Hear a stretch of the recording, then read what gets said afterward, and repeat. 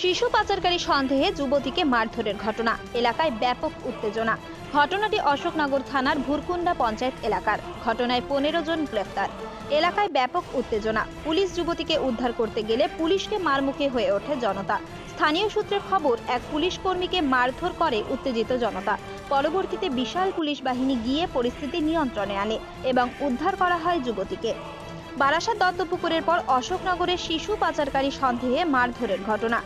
যে এরকম একটা মহিলা সে ঘোরাঘুরি করছে এবং তার কাছে কিছু সন্দেহজনক জিনিস পাওয়া যায়।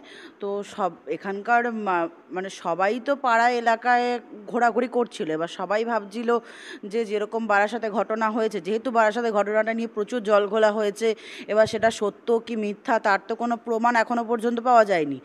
এবার সেই সূত্র থেকে বেশ কিছু মানুষের মধ্যে একটা আতঙ্ক তৈরি হয়েছে এবং সবাই ভাবছে যে সেরকম কিছু যদি এখানে হয় তো সবাই বাচ্চার ভয় পায় না, বাচ্চা সবার বাড়িতেই আছে, বাচ্চার যাতে ক্ষতি না হয় সেটা সবাই চায়। পুলিশের পক্ষ থেকে দুদিন ধরে সচেতনতামূলক মাইকিং করা হচ্ছে, তারপরেও এই ঘটনা। এই নিয়ে আমরা কথা বলেছিলাম ভুরকুন্ডা গ্রাম পঞ্চায়েত প্রধানের সাথে। তিনি জানান, ছেলে ধরা সন্দেহে তাকে আটক করা হয়েছিল, মারধর করা হয়নি। সবাই বাচ্চার ভয় পায় না, বাচ্চা সবার বাড়িতেই আছে, বাচ্চার যাতে ক্ষতি না হয় সেটা সবাই চায়। সেই রকমভাবেই একটু সন্দেহজনকভাবে তাকে মারধর করা হয়নি, কিন্তু তাকে ধরে রেখে আটক করা হয়েছিল এবং আমাদের অশোকনগর পুলিশ স্টেশনে খবর দেওয়া হয়েছে এবং পুলিশ স্টেশন থেকে গাড়ি এসে তাকে উদ্ধার করা হয়েছে। পাশাপাশি পুলিশকে মারধর করার ঘটনাও অস্বীকার করে। পাশাপাশি আমরা কথা বলেছিলাম অশোকনগর পৌরসভার চেয়ারম্যান প্রবোধ সরকারের সাথে। তিনি জানান, পুলিশকে মারধর করা হয়েছে। এই ধরনের ঘটনা যাতে আর না ঘটে, মানুষকে সে ব্যাপারে আরও সচেতন হতে হবে। আমাদের কারোরই হুজুগের নাচা ভালো নয়, এটা আমি মনে করি। সবসময় প্রত্যেকটা ঘটনার ক্ষেত্রে আমাদের সজাগ হওয়া দরকার। আরও যদি আমরা সজাগ না থাকি তাহলে আগামী দিনে আরও বড় কোনো ঘটনা ঘটতে পারে।